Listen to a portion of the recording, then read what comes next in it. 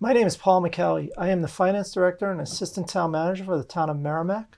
With me today I have Lauren Martin, the Assessor for the Town of Merrimack, and we'd like to talk to you about current events about our recent revaluation undertaking that the town is in the process of. Lauren, hello. Hi, Paul. So it seems that every time we do one of these revaluations, we're at peaks and valleys in the market. It seems this time, though, values are at an all-time high. So why do we want to do an update now and not wait till they level off again? Well, there's a couple reasons for that, Paul. The first is the New Hampshire Constitution requires us by the Constitution and the law to update values once every 5 years. So we're obligated by those responsibilities to do that. And the real estate market changes over time. So while it's at an all-time high now, in 2 years it could be at a low. 5 years from now it could be at a low. So we do it when we're obligated by law to do it, and sometimes more frequent if we need to. But that's the general crux of why we do it. The New Hampshire Constitution and state statute requires us to. Okay. We've been doing this several years now, and I think this is my third valuation going through. When was the last valuation we did? The last time we updated was in 2016. So when taxpayers see the change in the assessment, we often hear that, why did my value change from last year to this year so much? And it really is a change in the real estate market over the past 5 years, because the last one was developed in 2016, and now this one will be for tax year 2021. So it's a 5-year real estate market change. So it's much more significant. So the town doesn't update my value every year? The town only updates your value annually if you have changed something on your property. So either through the new construction process, you've taken out a permit for a new shed, a new deck, an addition, a garage, things like that. That's part of annual assessing. We also visit a percentage of the properties annually to verify the data.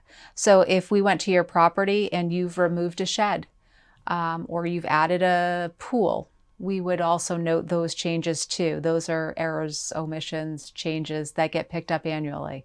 But we wouldn't bring those properties to market value. They would stay assessed at the same model, and we would only change what is changed, like that shed or deck or addition. Oh, great. Great. So there's a lot of rumors going on. I know that you went in front of the council talking about potentially a 30% increase on average across the board for values. Does that mean the taxes are going to be going up 30% too? Taxes would only go up 30% if spending went up like that. It's not an equivalent change. So when values come up, and when we say values, it doesn't mean everybody's property value is going up 30% first off. Some property values might go up 20, some might go up 40. When we talk about a town-wide increase, I mean, it would be great if everyone went up the same, because then we could just simply apply a formula, but that's not how the market reacts.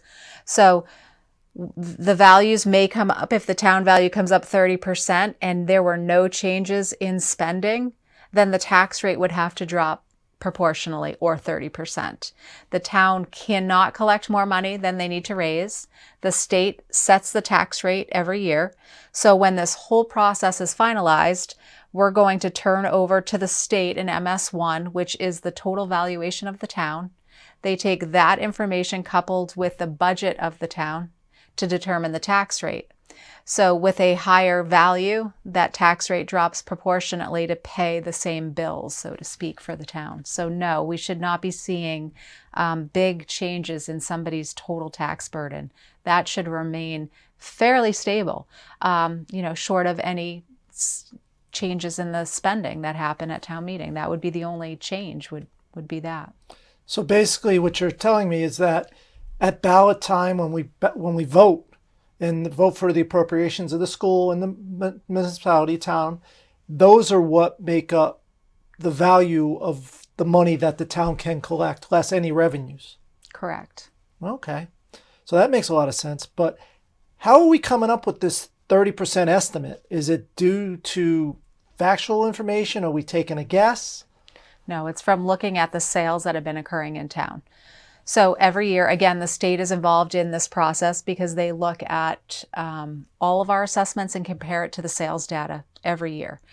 So that's part of the equalization process, and we calculate that median equalization ratio. So for tax year 2020, that was determined that our assessments were at 78.4% of market value. Okay. So that's directly a result of what buyers and sellers are paying for homes in the market. So a home that is assessed at $300,000 may be selling right now for $390,000 or $400,000. But that's factual information we're taking right from what people are buying and selling properties for in Merrimack. Okay, thank you for that answer.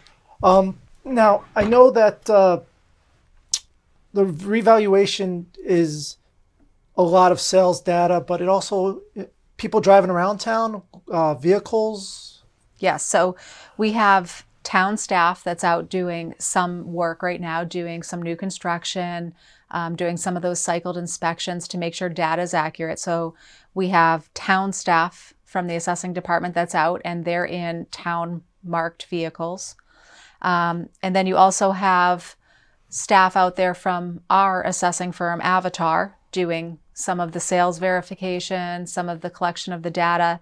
And then I will be out with another, probably with the assistant assessor here in town, and maybe another. We'll be out in my vehicle marked Avatar Municipal Services, doing the field review process.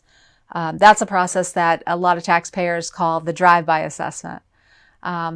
It's really not a drive-by assessment. We've been collecting data on all the properties. It's a continual process here in town, so we're out annually verifying data on properties to make sure it's accurate.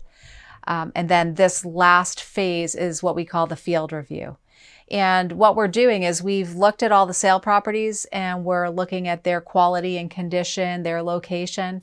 Then we drive the whole town and we look at every property parcel by parcel, and we're comparing those properties that haven't sold to the properties that have, because we have to make some estimates that this home that hasn't sold, but it's similar to these homes that have sold, that they would sell similarly. Okay. So that's what we're trying to do in that phase. So there'll be a lot of cars out and about. Okay. So with COVID, and I don't want to let somebody in my house because I don't want to expose my elderly mother or my child to potential COVID virus. How's that happening? Well, as of right now, we haven't been doing interior inspections. For the safety of the taxpayers, for the safety of our staff, it just hasn't been, something that we've partaken in. We want your data to be accurate. So throughout the process, we will collect data from taxpayers in other means if we can't get in. We're hoping maybe later in the year we'll be able to do interior inspections, but if taxpayers don't want to let us in, or if they're uncomfortable letting us in, that's their right. But we can collect data through some other means. So we can, depending on what the question or concern is, we can do virtual tours through the home where taxpayers can FaceTime and we can walk through the home with them and see it over their phone. We can take pictorial evidence of that. They can submit that through email to us. So we'll have some other avenues available to taxpayers to get us the information if they don't feel comfortable.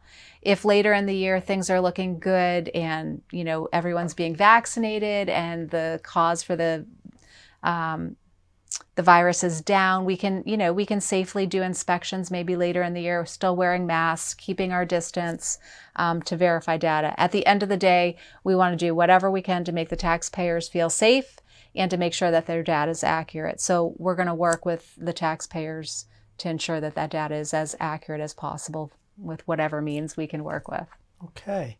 So now that you're driving around, you're starting to look at sales ratios, things of that sort. Sounds like there's been a lot of work that has been occurring till this point. When are residents going to be notified of their new assessed values?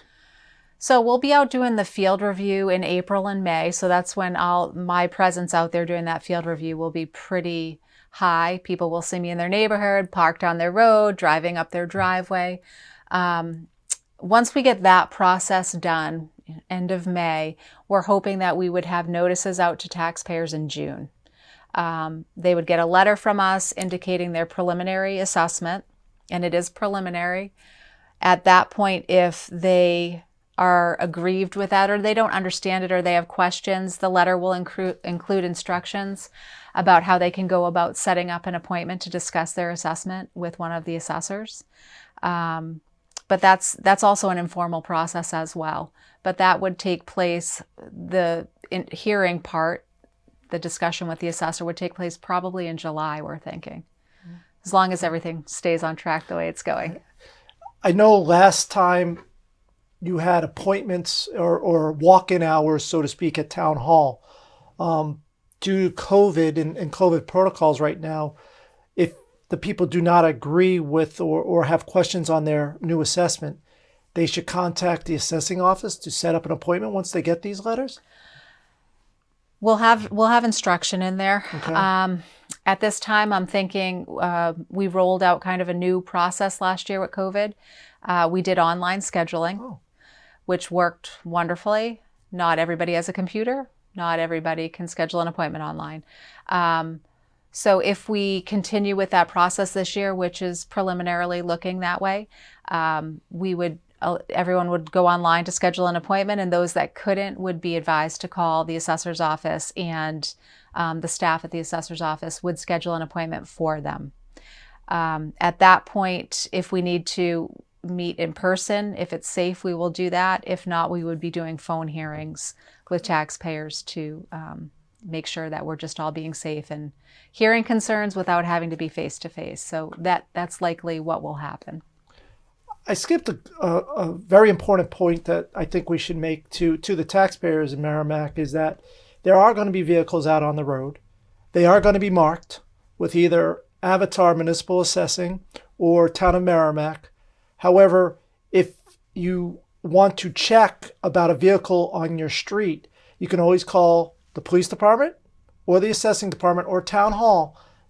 And if you want to check about a specific employee, if you see somebody walking around and wondering if they are part of the assessment team, you can also call the police department, assessing, and the town manager's office. Is that correct? That is correct. And everybody out there, whether they are from Avatar staff or town staff, have an ID with a picture on it as well. But I would always caution any taxpayer that's uncomfortable or unsure to call and verify. The police do have a list of every employee out there. They are aware of it. The assessing department knows who's out there, which vehicles they are. So whether you have a license plate number or a description of somebody that's out there, we'll be able to get you confirmation of whether that's part of the assessment team or not. Oh, great, great. A couple more questions for you that have come across, and that what I've seen out there is that in other communities, in other towns, in other states, I've always heard that assessments are never equal to the market value. What can I expect of my assessment here in New Hampshire and in Merrimack? Yeah, I hear that a lot too. And that's largely because a lot of New Hampshire communities are only doing their statutory obligation to update once every 5 years. So once every 5 years, your assessment should be at market value. So that's what we're going to look at now. We're going to analyze the most recent sales. We're going to develop a new mass appraisal model to update all of the assessments in town based on the data that we've previously collected. So the goal is to be for April 1st at market value. In an appreciating real estate market, by the time you get your letter in June, you're going to get a letter saying your assessment was X. And 2 months later, it still could be worth more than that, because we're looking at the value as of one day. Assessments in New Hampshire are as of April 1st, and they change daily. The market changes daily, and there's a lot of factors involved in that, whether it's supply and demand or the interest rates. They all affect what that market value is. So we only take a snapshot of that one day, and then it changes the next day. But our goal is to see what it was worth on April 1st. And it will be at market value for April 1st of this year. And the last time we were at that was on April 1st of 2016. Okay. So that's an important point, April 1st. It's always the state constitution says they have to be done by as of April 1st. Right. Everything is assessed in New Hampshire as of what existed as on April 1st. So if you're going to build a new home and you start building it on April 2nd and you finish it on June 1st or July 1st, you don't actually get assessed for it, the home, until the next April 1st. So if something existed on your property on April 1st, say you had a shed on your property, and in October that shed got demolished. Because it was there on April 1st, it's still taxable for the whole year, and it would come off the next April 1st. So it's a constant process. It's only that one day. We don't determine that. That's part of our state law. So we get a lot of taxpayers that say doesn't make sense. They don't understand that, but we don't pick it. We just follow that law. It's based on that. So if there's questions or concerns about the April date, it goes to our state legislatures on that. But they had to pick a date. April 1st is the date that's in the law. So you didn't drive around on April 1st. Correct. So how do you know my house or my shed? Say I built a shed on April 15th. And it took a weekend because I had a bunch of friends over and we put it up real quick, and you're driving around my neighborhood May 1st. Of course, I pulled a building permit, so it would say, but how do you know, how can I tell you if you pick it up on the value? What do I have to give to you to prove that it wasn't there on April 1st? The town of Merrimack has a really good building permit process, and that is the crux of making sure that assessments are accurate as of what date. If you put one up without a permit, it's a little bit more difficult to tell that. So we're always going to look back to the building permit to see when that was pulled. With a shed, say you bought one at Reed's Ferry. 10 by 10, you don't need a building permit. Right. So bill of sale maybe. Okay. That would show the date on that, would be a good indication. And we're not at every property on April 1st. So there are sometimes those type of assumptions if we saw a shed. But we're also trying to bring some reason to it as well. If I'm looking at your property on field review in May and I see a shed and I can see the material is new, I'm probably going to flag the property to pick it up the next year. Because I don't know when you put it in if there's not a permit. Okay. But we try to err on the side of the taxpayer's favor when we don't know. But a bill of sale, if we picked up a shed, for example, on your property and you go, it wasn't there on April 1st, bring me a copy of that bill of sale and we'll make sure it doesn't get assessed till the next year. So there's an avenue for people. There's always an avenue, absolutely. Okay. Well, just a couple more questions here, and I know you want to go over a quick value demonstration. How do I know that my assessment is fair? We hear that a lot, and in Merrimack, it's easier. And I say that because we have a tremendous amount of sales. And I know during the last update in 2016, that was a similar question. How do I know that, my value went up a lot? How do I know it's fair? So when you get that notice, you're going to have a link to go online and look at the assessments online as well. And you can look at all the sales and you can do a comparable sales search. So the system's going to pull up the most comparable homes to yours. And it's not always a perfect system, but generally it's going to look at the size of your home, the age of your home, the location of your home, and it's going to be able to bring up some comparable sales to your property. So if you get your new assessment and say it's $400,000, if you went online and you looked at that comparable sales search and it pulled up sales, and those sales are similar in size and location, and they're all assessed similarly. They're never going to be all exactly the same, but there may be some at $390, there might be some at $410, $405. And if they're straddling your assessment, you can have some confidence that it's a reasonable value conclusion. Exactly. There's no one exact number. It's a more realistically a range of value, because we're trying to analyze the likes and dislikes of buyers and sellers, and something that you might find appealing in the market, I may not. So, it's not an exact science when you're looking at that. So more realistically, a range. Right. And I know you could have an example of a $300,000 home that maybe we could share with the people watching. Absolutely. The hardest thing through this process is trying to explain to taxpayers that values are going up dramatically, but not to panic that their taxes are going to go up similarly. In our letter, we tell you not to take that new value and multiply it by the old tax rate because it would look like your taxes are going up dramatically. And we don't want anyone to panic. That's not, when I talked with the council a couple weeks ago and trying to explain what I was seeing, is that it looks like values are going up fairly similarly across the board. It doesn't mean they're all going up, like I said, 30%, but in that ballpark.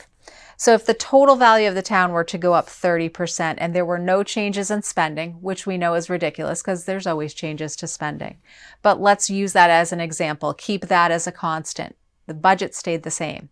So say that house that was assessed in 2016 at $300,000 is now assessed at $405,000. Okay. So you get that notice as a taxpayer and you went, oh my goodness, my value just went up $105,000. And they take that times last year's tax rate, their heart starts palpitating. We don't want that to happen. That's not what's happening. So if that $300,000 house goes up to $405,000 and the total value of the town had a change of about 30%, that would mean our $24.06 tax rate would have to drop 30% because remember, we said there were no changes in spending in this example. So it would be a direct correlation. Value up 30%, tax rate has to drop 30%. So that would mean that $24.06 tax rate would drop to $16.84. Okay. So the 405 assessment times that $16.84 would come out to $6,820 in taxes annually. Where if we looked back at our $300,000 house from 2016 and our tax rate last year of $24.06, their annual taxes were $7,218. So their burden in this example actually went down a little bit. But about $400. Right. But that was when we said there's no changes to spending. And we know that that's, everything goes up. So we know there'll still be some changes to spending. But if the total value went up, this was just to show you that that tax rate has to come down proportionally. We cannot collect more money than we need to run. The taxpayers are the ones that vote in spending.